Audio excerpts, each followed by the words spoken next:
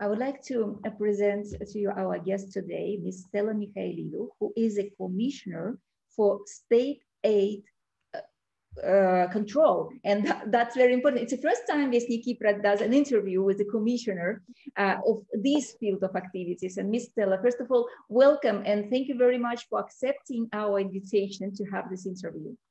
Thank you very much. I'm really happy to be with you. And I will start immediately with questions because I have many. I have the whole list of questions. I'll try to help as I can. Yes, okay. My first question is, general competition policy of the European Union aims to support European customers, and they should enjoy the most benefits of the internal market, of the goods of services, but how does the Commission in Cyprus operate? What are the main areas of your work in this respect? The European Commission, together with all the national competition authorities, directly enforce EU competition rules. It's the Articles 101 until 109 of the Treaty of the Functioning of the EU to make EU markets work better by ensuring that all companies compete equally and fairly on their merits. This benefits customers, business, and the European economy as a whole. Within the Commission, the Directorate General for Competition is primarily responsible for these direct enforcement powers. The Commission in Cyprus is responsible for the implementation of competition rules as to ensure competition in the single EU market is not disturbed. The aim of the Commission's work is to ensure the welfare of the customers and strengthening the competitiveness of the EU. The company that receives government support, state aid, gains an advantage over its competitors. Therefore, the treaty generally prohibits state aid. To ensure that this prohibition is respected and exemptions are applied equally across the European Union, the European Commission and each national commission is in charge of ensuring that state aid is compliance with the EU rules. So, DG Competition and each national commission administer the system for notification and approval and deals with state aid policy and decisions about most sectors. Most requests are sent by the ministries to our office or other approval authorities. They are sending them either for the evaluation or approval or for further instructions and suggestions. The Commission determines whether aid violates the treaty standard, and it can order the member state to end it and order the recipient of illegal aid to return it, in case that is illegal, of course. The substantive criterion is whether the aid distorts or threatens to distort competition by favoring some products or enterprises. A measure that falls within the formal category of state aid must be notified and approved by the Commission in advance. Thus, the first issue to determine is whether a program or action constitutes aid. To then assess whether aid is compatible with the common market, the treaty describes permissible purposes of aid. Aid is permitted for redressing an underdevelopment and unemployment and for dealing for serious economic disturbances and important projects of common European interest.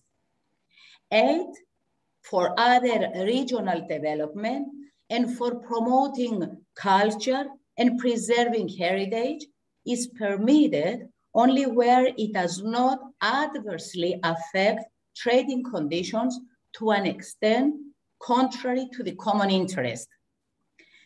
State aid is defined as an advantage in any form whatsoever confirmed on a selective basis to undertakings by national public authorities.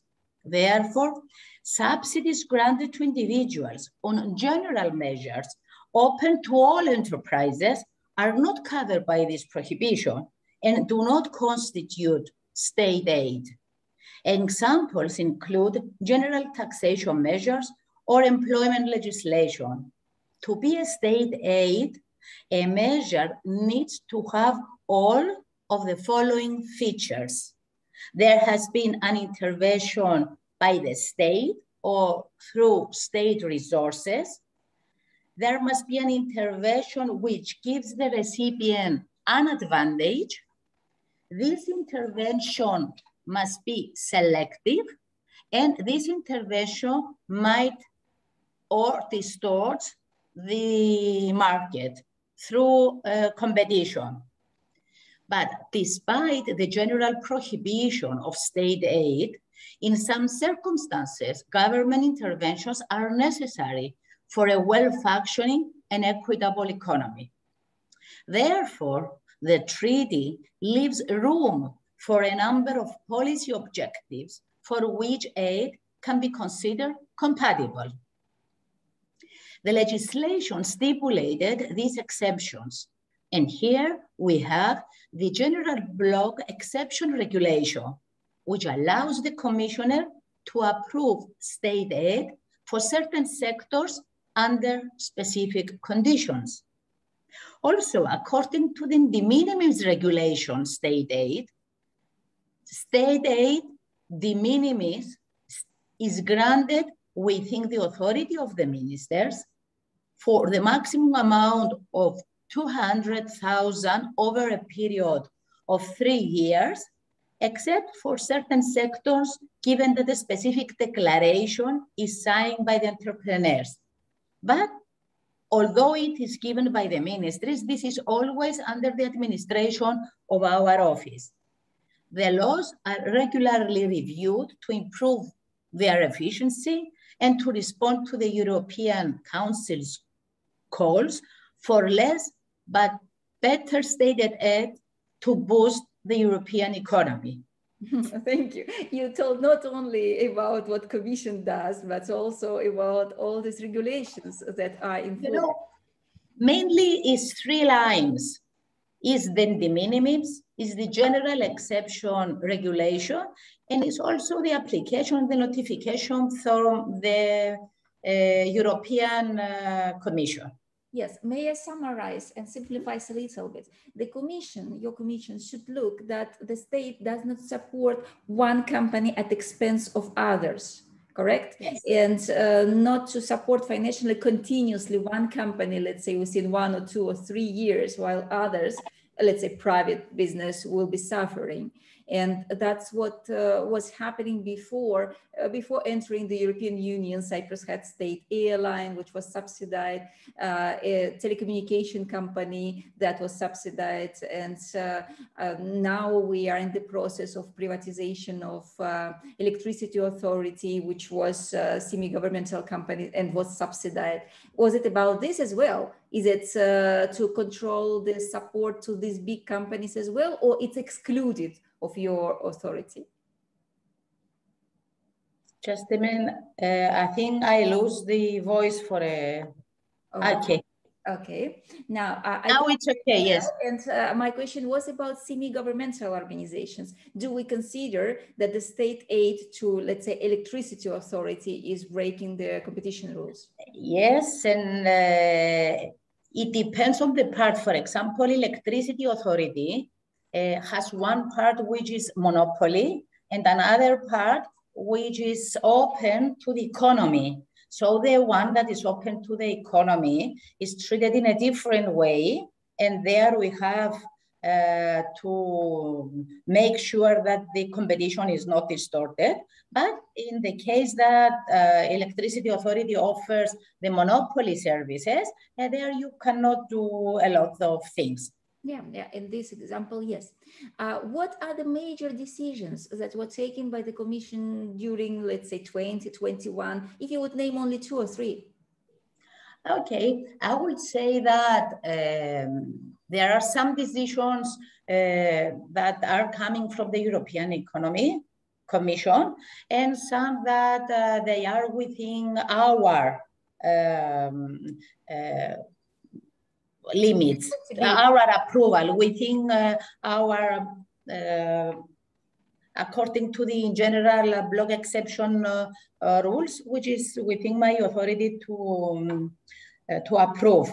I would mention the important decision in 2020 for Cyprus was the decision of the European Commission about the construction of the liquefied natural gas terminal located in Vasilikos Bay in Cyprus. That was very important for us. Also, there was another decision by our office about the public transport for Nicosia and Larnaca. And for the 2021, we had this for Famagusta.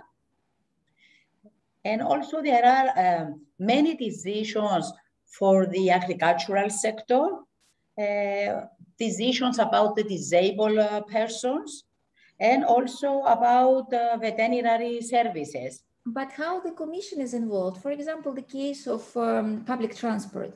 There was a tender, somebody won this tender, but why State Aid Commission needs to be interfered in such things?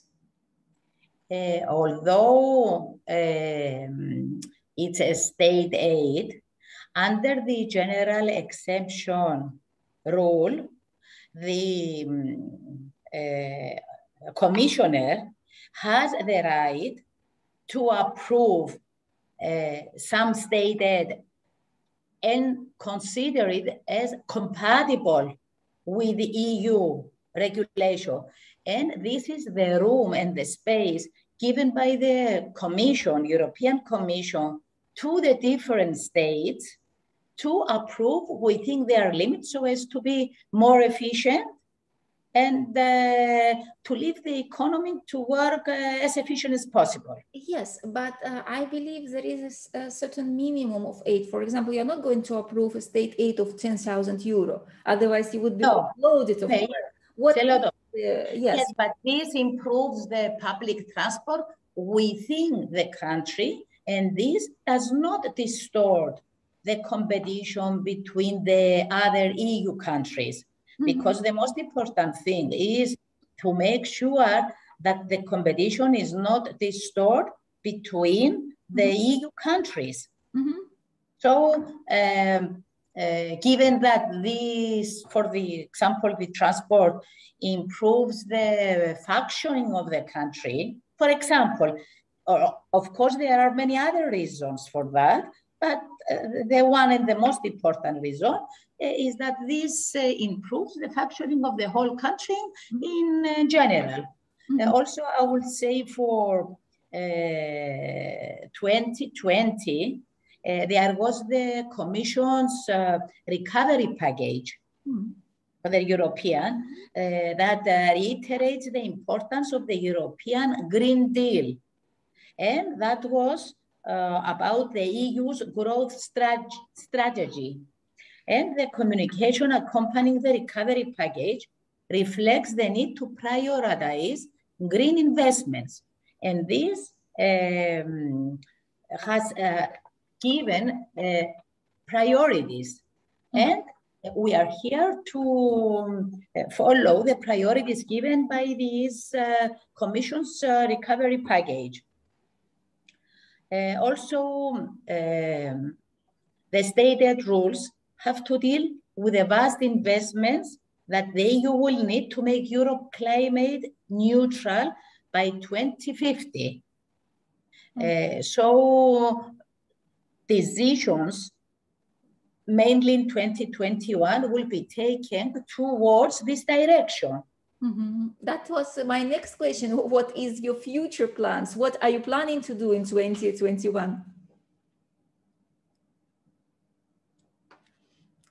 All right, we lost a little bit the connection, so I will have to repeat the question when it's frozen. The question is, what are your future plans? What are you planning to do in 2021?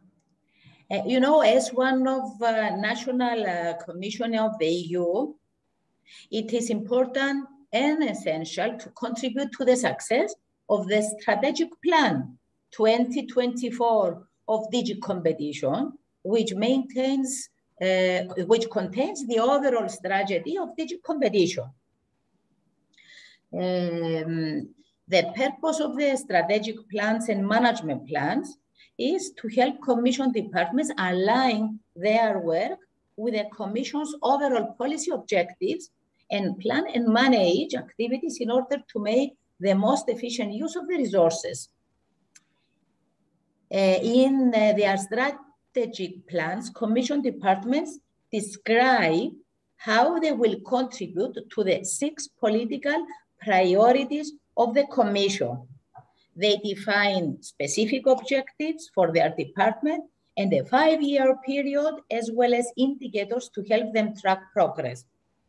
The 6 political priorities are the implementing of the European Green Deal, shaping Europe's digital decade, delivering an economy that works for people, making Europe stronger in the world, promoting free and safe Europe, protecting and strengthening our democracy, and defending common European values. I see. And what about, we were talking now about companies and big deals, but what about regular people? Does your commission interfere somehow into the people in the country? What do you offer to the community itself? Yes, our office target is to succeed, to be one of the best agents of EU and apply the policy of DG Competition to the benefit of the country and its citizens. Mm-hmm. It is important for our office to develop further the state aid culture for the citizens, for the ministries, within the relevant authorities, and apply the DG policies according to the priorities set. We already started a campaign to share our expertise and knowledge to the relevant authorities, aiming to make sure at a much more higher level, and they use the General Block Exception Regulation. Also, General Block Exception Regulation contains measures that can be used to provide lawful state aid within the Commissioner's limits, my limits, without going through the normal notification and approval process to the European Committee, which means that is shortened time and simplification. It was published by the European Commission in 2008 with the aim of consolidating and simplifying existing state aid regulation for the General Exception Block Regulation, which is very important for us to take advantage of it, because in Cyprus, we only use around 50% of these regulations, and in other EU countries, they used around 95%. It's not about the regulations, sorry to interrupt you. It's also about the aid. For example, there are some European grants, there are some programs of support, and Cyprus doesn't use it at maximum. Maybe even people do not know well enough that they can get, and they're entitled to get this state support or EU support. You know, these general block exception regulations, they come under specific sectors. For example, a sector for small, medium enterprises. And there are some rules about the amount that they can get for each specific sector. Also for giving money for athletic centers, or something that will promote our heritage, or something that is locally and does not disturb the competition between the EU countries. Mm-hmm. The other one is the de minimis amount that can be get from the different ministries. And also there are so many schemes through the ministries where the or through the internet page where all the schemes are explained. And also if they need help, they can contact us to make the referral to the different ministries or the relevant authorities to make their life easier. All right. So we will publish the email that they can contact the Commission to request some more information if they cannot find it elsewhere. Yes, right? Definitely, of course. And finalizing our interview, finishing, my last question is, what do you want to say to the Russian-speaking people, citizens and residents of the Republic of Cyprus? They know very little, almost nothing. After our interview, it will be very little, about the state aid control and about the how state support gives grants, loans, and maybe some tax benefits, reliefs. So how do you help people and companies in general? Do you have, they call it retail. Do you help in retail, or you just, you know, look at the big picture only? To be honest, it's not that easy through a short interview to give the details, but it's easy to give the direction for that. But the most important thing to understand is what is really this state aid and why there are rules about this and why this, for example, is prohibited, given that maybe an entrepreneur will think that this will help my company and this will help the economy and I will do my best and I offer to the economy a lot of money. But the most important thing is to remember that these 5 factors that I said before, which that public resources must not be selective, must not get advantage, must not distort or threaten to distort the EU market. If these factors simultaneously exist, this consists a state aid. But there are ways and room to move through the general block exception rules. And the general exception rules cover certain sectors, as I mentioned before. What is the idea of this and why the European Commission gives this room for the EU countries to move and help the economy and help the entrepreneurs. So I think the development of the stated culture and knowing the definition and understanding, not knowing, understanding the definition is very essential for all the people to understand when asking and applying for something that might call state aid.